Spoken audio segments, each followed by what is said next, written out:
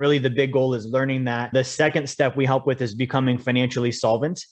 And then once someone's got that foundation, then starting to achieve greater financial freedom with one of the end goals of financial independence, not having to trade time for money anymore. Welcome to the Average Joe Finances Podcast. Are you trying to get out of debt, invest, or just not sure where to start? Then this is the place for you. We discuss different ways to get out of the rat race and build your wealth. Join us on this wild ride to financial freedom. Hey, welcome back, everybody, to the Average Joe Finances Podcast. I'm your host, Mike Cavaggioni, and today's guest is Jerry Feta. So Jerry and I were talking a little bit before we hit the record button. I understand he's down in Florida enjoying that sunny weather, and I'm enjoying the sunny weather out here in Eva Beach, Hawaii. So we kind of had something to bond over really quick. Hey, Jerry, just looking at your background, it's super exciting to have someone like you on the show and share your story and what you're doing. So thanks for joining me today. Yeah, thank you so much for having me on, Mike. By the way, I used to live in Alaska, believe it or not. Oh, wow. I've had the extreme colds and the extreme hots now. Wow. Yeah, definitely. You know what? Let's get into that. Let's talk about that a little bit. Having you come on the show, I'm going to ask you the same question I ask everybody that first comes on. And we want to know a little bit more about you. So if you could share your story, how everything got started for you. Definitely want to know how you went from Alaska to Florida. It's two different sides of the world, pretty much. How did you wind up in Florida, and how did you get to where you are today? Yeah, we moved to Florida about a year ago. Just to backtrack, my company, Wealth Dynamics, I've been in the financial industry for about a decade now. And that's actually what I started doing at 18. I was a personal trainer and a bodybuilder for a little while. I transitioned into finances. And I saw a lot of parallels. That's what I liked with that. Earn more than you spend, burn more calories than you consume, like similar parallels. And so I did that for many years in Alaska. And that's where I grew up. I lived there for about 20 years. And as I grew my business, I started, especially in today's day and age, getting a lot more digital. And so we were able to start really being more of a cloud-based interface. So I was in Los Angeles in early 2020 doing some work and seeing some clients down there. And literally right when COVID had hit. So we got stuck in LA for a year, and we were just intending on visiting for a little while. We were stuck there for a year. And then during that year, we realized that we don't need to go back to Alaska. We can run this business from anywhere. It's one of the benefits of passive income and residual income and having an online business is you can do it from your laptop, and there's a lot of freedom. So we just thought about where would we like to go? And Florida was what came to mind. And that's when we moved over about a year ago. And we've been here since, just enjoying the sunshine and growing our company down here. Oh, right on, man. That is like the ideal way to do things. That's the whole idea behind building passive income and building your wealth, is so you can have that freedom to do things like that. And I think that's the biggest goal for most people, is that they want to have that freedom to be able to live where they want and be able to just live this life of enjoyment and fulfillment and not have to worry about, can I put food on the table at night? So that's pretty awesome, man. Now, what is it that you currently do in your own personal financial freedom journey? I know you said you run Wealth Dynamics, right? So what is it? So is that company still Alaska based, or has it moved to Florida with you? So it's still an Alaska-based LLC, and we've got an expansion and an LLC now in Florida as well. But our staff are all here in Florida. We've got some throughout the United States. So we don't have anyone in Alaska now but clients. And so that's our main headquarters, I would say, is in Florida.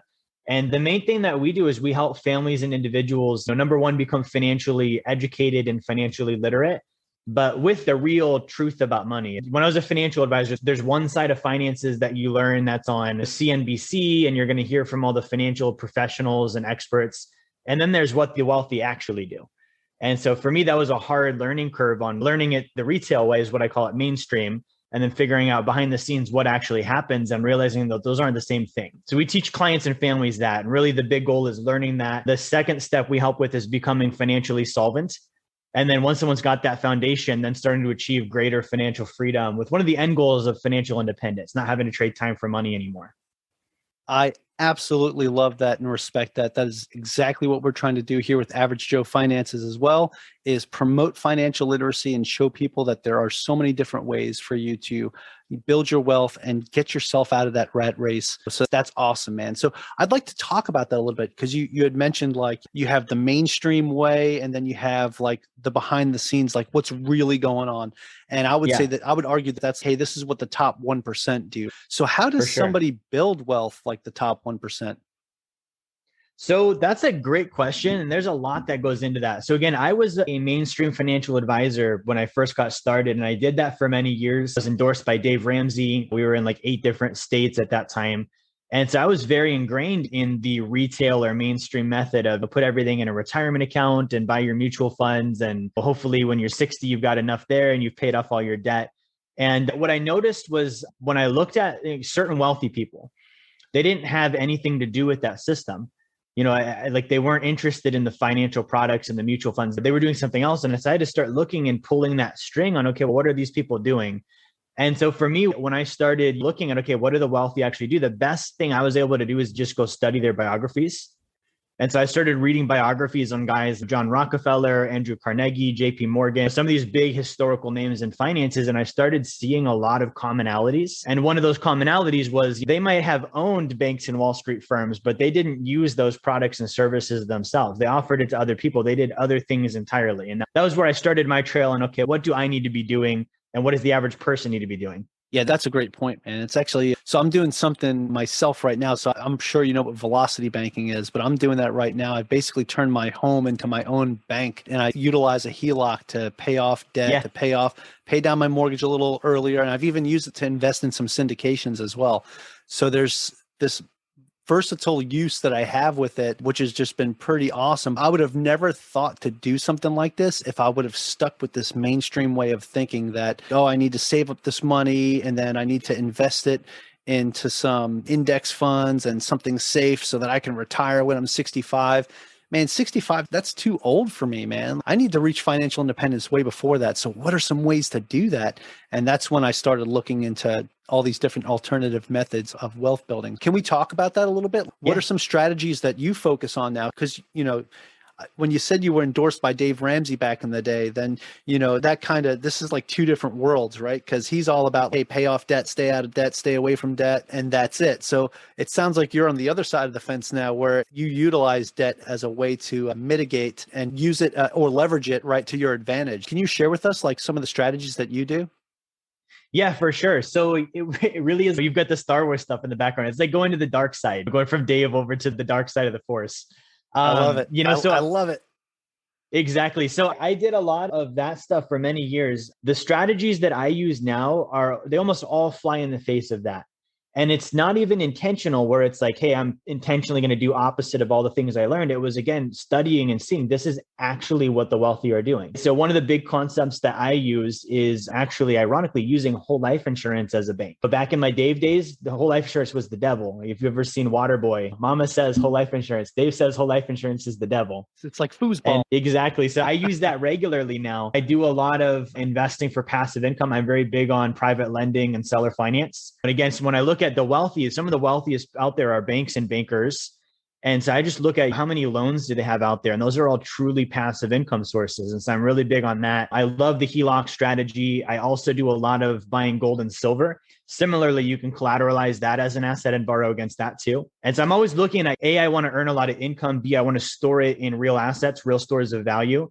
But C, if I can, I want to collateralize against those assets and invest those in immediate, truly passive income sources. So I can double dip. I want to earn interest on the store of value, the asset, and also the thing I'm investing for, and not have to pay the taxes on that loan. Yeah, that's fantastic. And a great way to look at it too. I love the term that you use there, right? Where you double dip. And I know a lot of people that do the infinite banking strategy with life insurance. And that's one of the beautiful things about being able to borrow from this policy while it's still gaining interest and invest that money into another cash flow producing asset that's going to create more passive income. And now you get that double dip effect, which is just absolutely awesome, man. Now, I'm curious because I haven't heard too much about people doing that with gold and silver. So you're buying like actual physical assets of gold and silver and then borrowing against that? Like, how does that work? Yeah. So this was one that was a very similar concept. When I was starting to research what do the wealthy do, one of the stats that I saw was that the United States Central Bank, the Federal Reserve Bank, they still own like the majority of the gold in the entire globe. So they have almost $500 billion worth of gold. It's about 216 million ounces. And so they have that as a store of value. They do things like leasing it out to others. And so when I started looking at this, I realized you can actually borrow against gold. You can do a collateralized loan. There's certain banks you've got to do this with, but you can usually borrow about 75% of your value. The interest is very similar to life insurance, it's about 5 or 6% interest. Over the long haul, I know my gold is going to appreciate at 8 to 10% a year. It's been doing that since the 1970s when it became legal to own again. So I can really do that same arbitrage play, borrow against the gold. And what I like to do is when I do that deal, so I borrow against it, I invest it for passive income.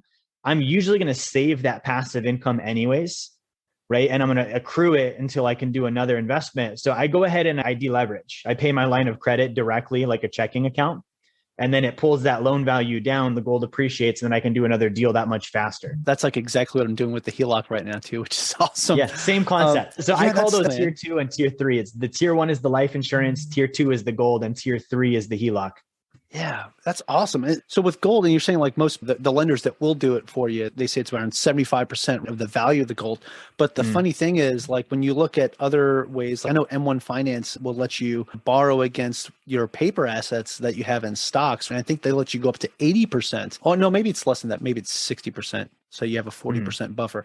But when you think about it, if you could borrow up to 75% of the value of what you have in gold, that you still have that 25% buffer. And I can't remember the last time I've seen gold really drop in value 25%. So it keeps you in a pretty safe spot that if something was to happen, that you can always cash that out if you needed to. So that's a pretty interesting way to do it versus, for example, like the way I'm doing it with the HELOC, my home can go down in value. It's not likely that it's going to be something crazy like 2008, but it's very possible that it can go down in value. So it depends on how safe you want to be. So I only took out maybe 1/4 of what I was eligible to take out when it comes to the equity on my home. It's just one of those things. I wanted to play it safe, but at the same time, it gave me enough that I could do what I wanted to do with it. So it's very interesting that with gold, they'll let you do 75%.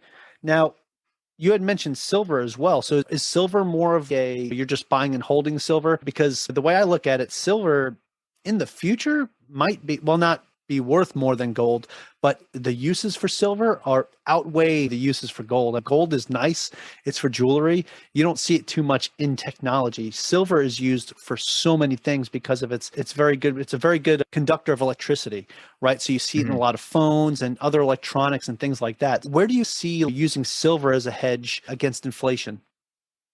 Yeah, that's a great point. So I do own a little bit of silver. So when I'm borrowing against assets, there's 3 key metrics that I look at. The first one is against the asset I'm borrowing against itself. What's the compounding annual growth rate? So that's going to tell me on average, what can I expect? The other stat that I look at is the standard deviation, right? So how far above or below that average number could the pendulum swing? And then the third one is called the max drawdown. What's the worst year it's ever had? And so gold and silver, you can both borrow against same loan to value, 75%. The compounding annual growth rate is very similar. They're both between 8 and 10% over the long term. And I tell people, if you're going to buy these, if you're not going to hold them for 5 years, don't even do this. There's just too much cost involved, and it's a real physical thing that you want to hold on to for a while. The standard deviation on silver is where the main difference happens. It's got about a 25% standard deviation, whereas gold is only about 15. And that means if I borrow, my margin call risk is a lot higher. If it drops down, and my loan is now a higher number than my actual value, I've either got to buy more silver or I've got to pay that loan down in order to get it corrected. And so there's more risk of that with silver. So I like silver as a hedge. It does have the benefit of that deviation is the upswing is the same, right? So silver could go from 20 to 48 an ounce, and it's going to double in some cases like that. And I could take advantage of that. With gold, we're not going to see it in a year go from 2,000 to 4,000. It's going to be a slower, more steady increase. So that's where I see that. But one unique thing that I didn't know until I started studying this years ago, silver is actually a byproduct of gold mining. So you can't have silver without first mining gold. It's with milk, you get whey from milk. And so that's the same kind of refining process. Silver comes out of that refining process. So they're going to go hand in hand. But the big thing I look at there is even just as a store of value, Mike, there's only enough gold in existence for everyone on the planet to own 1 ounce. There's only enough silver in existence for everyone on the planet to own 8 ounces. That just shows you the scarcity behind both of those assets. And like you said, the uses continue to grow. I just saw an article the other day. They're using gold to cure cancer now. If you inject the cancer cells with gold, It kills it off like chemo does without any of the risks of chemo. With silver, Tesla is going to be using a ton of silver for their cars. So the demand is definitely there. Yeah, that's a great point. I had no idea that gold could possibly have some type of medicinal properties to it, man. That's mind blowing, Jerry. It is. And they wow. use it for that. And they use it for dentistry for a long time too. Gold fillings and different things. Definitely seen that before. I grew up in New York, man, for sure. I saw gold fillings and gold teeth all the time, for sure. Yeah. Oh, right on, man. That is so cool. I had no idea. And yeah, definitely silver for sure with electric car, not just Tesla, but just electric EVs in general. And they're also now with hydrofuel cells that they're trying to work on, which is going to be another way, but they need to be able to conduct electricity really well with that. And what's going to be needed for that is silver. So if you look at a lot of the emerging technologies and just the different things that are happening, there's so many requirements for these finite resources like gold and silver. Like you said, once you use it all, that's it. I've heard of in the future that the possibility of space exploration to go mine gold and silver off of asteroids because they discovered a lot of them do have those same minerals, earth quality minerals on those. But I think we're a pretty long way from that unless Elon Musk gets his way, and then we'll be on Mars in a couple weeks. The irony behind that, and no pun intended, is that in order to go to space, the sheathing that they put on the outside of the astronauts' masks is actually made out of gold. So you can't go to space without gold. You have to have that to go to space to get the gold or get the silver. See, that's all interesting stuff, man. Definitely. It's the things that you don't think about that are tied so closely to these precious minerals and resources that we have. So I want to touch on something else that involves the top 1%. And it was one of the topics that you had listed for us to discuss. This one might be a little triggering for some people, but at the same time, I think it's a very important thing to understand and to know because this is something I use as a strategy as well. But how do you go about not paying taxes or paying very little taxes? I know that's one of the topics that you wanted to discuss. And I definitely want to touch a little bit more on this because the stuff that we talked about, there is some tax mitigating there, but not as much as what I would say you would get in real estate. So I wanted to see where your mind was at with that. Yeah, that's a great topic. So like you said, it can be a little bit triggering. We're in an environment where we have a group that's saying, hey, we need higher taxes. And then we've got another group saying, hey, no, let's lower it or let's leave it alone. And you really have to take a step back and you have to look at the tax code. So we have, if we were to put this on like a chart, we have the US Treasury, which is the federal government. And then we've got the IRS, which is like their collection agency. And then we've got the Federal Reserve Bank. And the tax system, a lot of the income tax that we get actually goes to service those loans, to pay our debt, to pay the interest on that debt. Very little of it goes to things that we think it would go to, like roads and different things, schools, et cetera. A lot of it's interest on debt. There might be there's a lot of war expenses. That's usually a big one and different costs associated.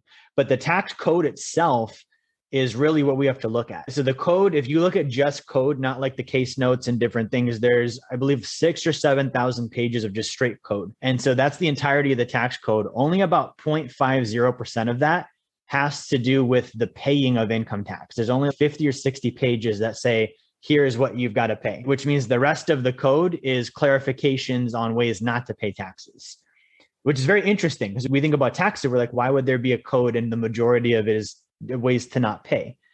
And then you have to look at who wrote the code, right? So the Internal Revenue Code, it gets passed by Congress. If you look at the net worth of most Congress members, many of them are in the top 1%. And then the other people that influence the Internal Revenue Code is actually lobbyists, and lobbyists work for giant corporations. So the top two groups that influence what's in the tax code are in the top 1%. They're incentivized to not have to pay taxes on all of their assets and all of their wealth. So the thing that I tell people is it's a knowledge thing. I can feel triggered by it, or I could be like, okay, it's there. I just don't know something. There's things in there that other people know that I don't know yet. I need to find either a professional that can help me, or I need to dive into that code and figure it out. And that's it. There's thousands of ways not to pay taxes, and it's all in that code. It's all legal. And it's mind blowing when you see some of the stuff out there. Yeah, absolutely. It's funny because I recently was just audited by the IRS. It was actually on my 2020 tax return. And congratulations, by the way. Oh, thanks. Yeah. Yeah. But the thing was, and I didn't expect this, but they actually owed me money. And they sent me a letter in the mail and said, hey, we reviewed blah, blah, blah, blah, blah. You paid this much. You really should have paid this much. So we owe you $2,600. So I'm like, what? And next thing I know, like literally a couple days after I got the letter in the mail, I got a check. And I'm like, okay, I thought I was going to get a letter saying I owed them more money. So it was very interesting. Not what I expected. But the thing is, it's funny because it was something I missed with one of my properties, something I guess I forgot to claim or something. Because for the longest time, I've been doing this myself. And like this year, I'm hiring a CPA because it is just too complicated for me at this point. But it was little things like that, just things from the tax code that I was able to benefit from, such as owning real estate and being able to claim some of the depreciation on different parts of the real estate that I own. And now investing in multifamily assets, I get to get this advanced depreciation with these cost segregation studies, which really help you take a huge loss. It's the little things like that. I get it. Some people are like, hey, that's not cool. You're not paying your fair share, but really you are, because when you're buying these assets and you're buying like real estate or other things like that, you're creating jobs, you're creating a livable area for people, affordable housing, and then making it so that those tax dollars are still getting put into the system. So there's little things like that. Trust me, I'm paying my fair share. And it's just something I wanted to touch on a little bit because, like you said, you've got these two opposing sides that are making these arguments about why people should pay more, why we should leave it the same, or why people should pay less. It's very interesting when you look at the tax code, like you said, and there's more clarification in there to help you pay less in taxes than there are saying, here's what you actually need to pay based on the bracket that you're in. So it's wild. And I think it all has to go back to your mindset. And I think that's where your focus is when you're talking to people about this, but building their financial literacy and understanding these things is changing your mindset, changing the way that you look at this. Because if you would have asked me 10 years ago, I would have never looked at it this way. I would have never thought I could save money on my taxes because I bought some properties. You know what I'm saying? Things like that are interesting. And I'm glad that you're out there putting out this information and sharing this with people so that they can get a better understanding themselves. Yeah, absolutely. Definitely. Thank you. And a big thing to add to that mindset too is when the government creates a tax code that gives you an incentive, it's either because A, they want to use it themselves or got lobbied in, or B, it's their way of outsourcing, right? Like they're looking at it and saying, okay, we could turn this into a government agency to create more housing, right? Or we could give a tax benefit to the investor and have them do it. And then they create more housing, or they create more jobs, or they invest in oil and gas or electric vehicles or solar. And so we're going to incentivize them to do it by giving them tax breaks. And it's like their way of then hiring and outsourcing that to the private sector. Yeah. And the best part of that is now you have these private entities doing it, which we all know when you leave the government up to something, it's not going to be that great. Where if you let these private entities and companies or people and investors go out there and do it, you're going to get a better end product. You're going to get a better, more livable apartment or home versus the government doing it themselves. Because let's face it, they're trying to save as much money as possible while doing what they do. That's a huge point. Definitely appreciate that. Okay, cool. So I want to shift focus a little bit and talk about, besides just the tax piece of it, what else can you do to hedge against inflation? Like we talked a little bit about gold and silver. What are some other ways? Like, actually, I want to ask you how you feel about this, because I know you like to focus on hard assets. How do you feel? Because like right now, I bonds, for example, are over 9%, I think, going now until October. So at the time of this recording, it's over 9% to buy I bonds. How do you feel about something like that, which it's government subsidized? We'll get back to the show after a brief break. What's going on, everybody? So today I want to talk to you about Wealth Tender. If you are a finance content creator, whether that's a blog, a podcast, you're a financial advisor or a financial coach, I highly recommend you check out Wealth Tender. Wealth Tender is building a database of all the top finance blogs, podcasts, and the financial advisors and financial coaches that they have on there are vetted and top-notch. So we actually had the pleasure of hosting Brian Thorpe, the CEO and founder of Wealth Tender, on Average Joe Finance's podcast, episode 25. Go check out that episode, listen to his story, and listen to him talk about the database that he's building. It's really phenomenal stuff. So if you're interested in checking out the directory, or if you're a finance content creator and you're interested in joining up with the directory, go to the link below in the show notes, or check out www.averagejoefinances.com/wealth tender. What if I told you that you could be debt-free in 5 to 7 years? Hey, it's Mike Cavaggioni with the Average Joe Finances podcast, and I partnered with the Shred Method to help you pay off your mortgage fast. I personally used this method and was able to invest in 2 large multifamily apartment deals, pay off almost $30,000 in home renovation debt, and pay down a large chunk of my mortgage all within 3 months. I am confident in the Shred Method because it works. Did you know that you can eliminate your mortgage with the power of a simple tool called a HELOC? You can learn more about all of this at theshredmethod.com/averagejoefinances. And if you use that link, you're going to save $200 off of your initial cost. Again, this is something that I know works because I use it myself. And that's www.theshredmethod.com/averagejoefinances. Or just click that link below. Let's get back to today's episode. Yeah. So I think for investing in anything, it comes down to, for me, like it comes down to 6 different points. So the word investing at its root, the etymology, that word means to clothe your capital, right? So it's literally like you're putting clothing on your money. And so I just think common sense. I grew up in Alaska. I'm a common sense guy. So when I wear clothing, if I clothe myself, I'm not going to wear things that I don't like. I'm not going to wear things that I don't understand. I'm not going to wear things that don't fit me as a person. I'm not going to wear things that don't fit the occasion that I'm going to be using them for.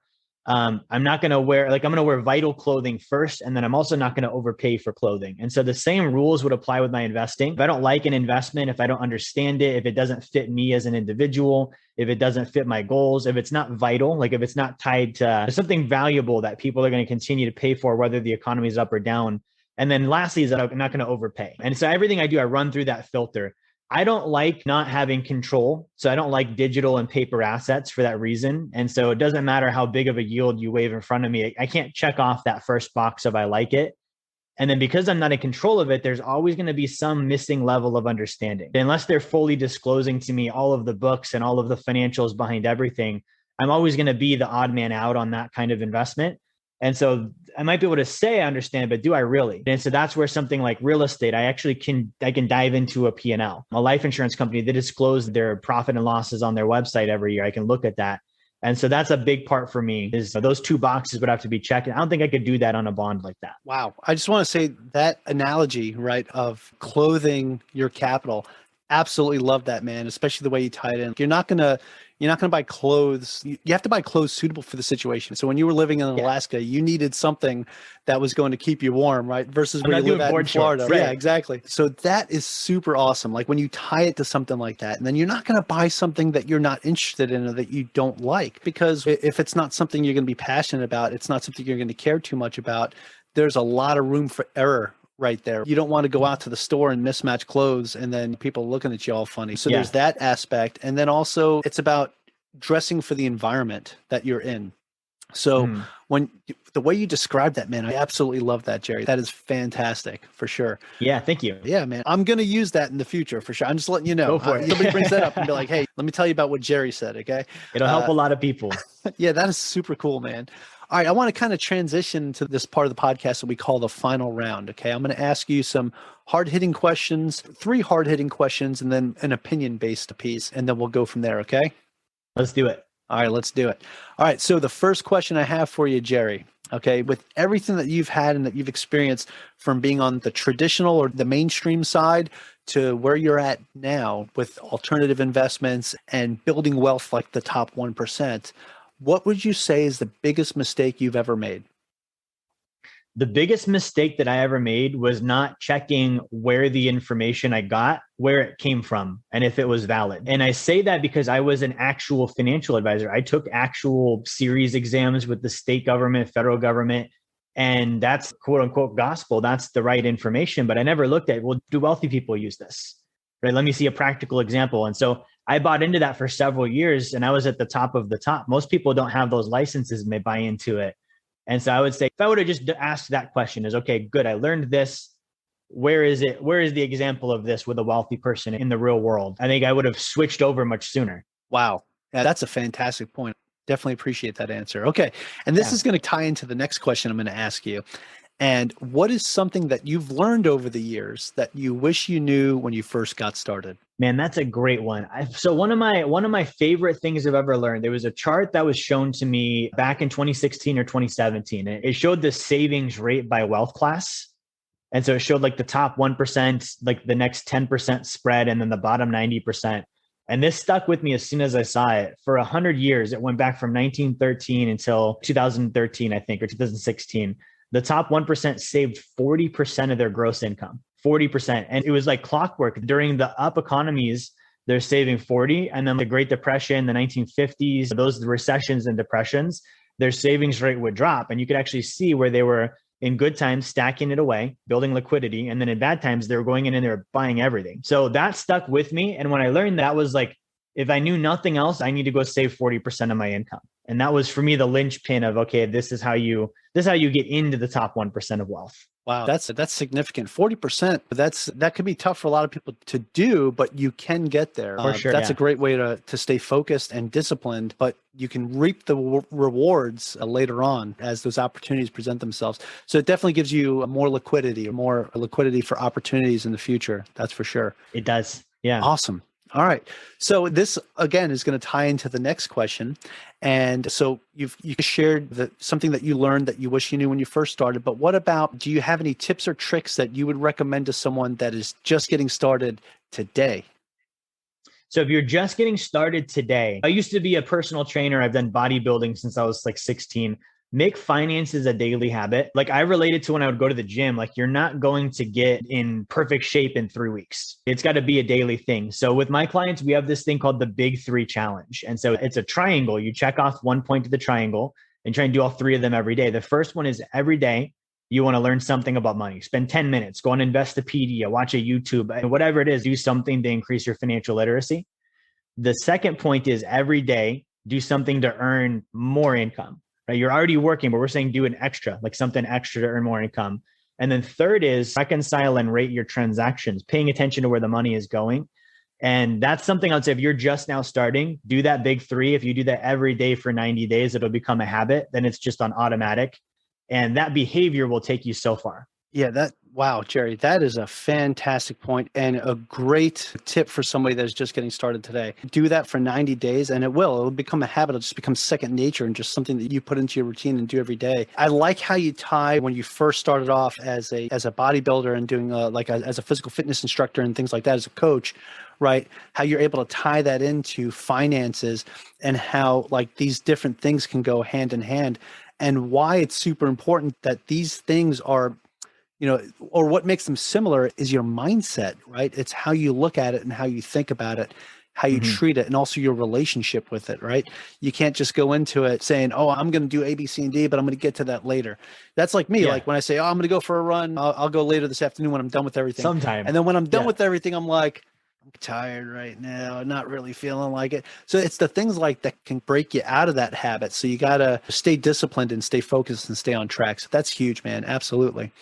All right. So the final question I have, this is more of an opinion piece, but you're pretty well versed in this stuff. So obviously you get some great information, some great content from somewhere. So you're also absorbing stuff yourself.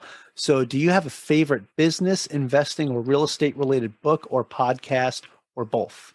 Yeah. So like I said, I did a lot of biographies. So I wouldn't say I have one particular book. This might be a cheating answer, but I tell people like, go learn about old dead people, go read from guys like Rockefeller and Carnegie and their biographies, because you can just dive into the data. One of the best books I read was Gospel of Wealth by Andrew Carnegie. I would say that would maybe be my answer. At one point, the richest man in the United States, and he died penniless because he gave literally all of it away. And before he was wealthy, he stated that's what he was going to do. He said, I'm going to become the wealthiest guy in the world and give it every penny of it away. So when you see that, like, setting the goal, and then you can see how he did it all and how he built it and then actually followed through on the plan, like that for me was just beautiful. That's the goal for what I would hope everyone could do. Wow. Yeah, Jerry, that is great recommendation. Wrote that one down too. Gospel of Wealth. Definitely go check that out. That one's getting added to my list as well. But yeah, that's a great point. Go read the bios of the old dead people that have come and gone, but have done amazing things during their time here on Earth. Okay, great. So this was fantastic. That's the end of the final round. I really appreciate your answers. This has been an absolutely awesome interview, man. But I have one more question for you. And this one's really important because the people that have been listening to this show are like, man, I really what Jerry's talking about, everything that he's all about. I want to learn more about him and the content he's putting out. If you could share with us, where can people find you? Do you have a website you could share with us? Any social media accounts or anything like that? Yeah, so we're everywhere. I'll go ahead and give you on Instagram. So that's probably where I'm the most active. If you follow me on Instagram, just at Jerry Feta, my first and last name. If you go to our site, I actually wrote a book about 2 years ago, and I can give you a free copy. This is called Blueprint to Financial Freedom. And maybe Mike could drop this in the show notes. If you go to jerryfeta.com/B2F, so it's B, the letter 2, and then F, sorry, the number 2, and then F, promo, and then you can get a free copy of the book. We've got a ton of free articles and blogs and different things on the website as well. Yeah, fantastic. So I will definitely have all those links in the show notes to make it easier for people to find you guys and to find you, Jerry, but also to find the wealth dynamics and everything that you guys are all about, because this is really good stuff, man. And I'm definitely going to go follow you on Instagram as well and absorb some of this awesome content that you're putting out, because that's what it's all about, man. I'm also a content sponge, especially when it's good information. I love to go out there and absorb as much as I possibly can. Definitely appreciate you taking the time to chat with me today, especially with the time difference. I know it's getting a little later there, even though you still got some sunlight, but I definitely appreciate you taking some time to chat with me today. Absolutely. Thanks for having me on. All right, brother. Aloha. Thank you for making it to the end of this episode. Greatly appreciate you being here with me today on the Average Joe Finances podcast. If you haven't done so yet, make this the episode that you go leave us a 5-star rating or subscribe to our YouTube channel. The Average Joe Finances podcast is for informational and entertainment purposes only. Have an outstanding day. Thanks for listening to the Average Joe Finances podcast, your source for beating debt, saving money, and investing. Learn more at averagejoefinances.com.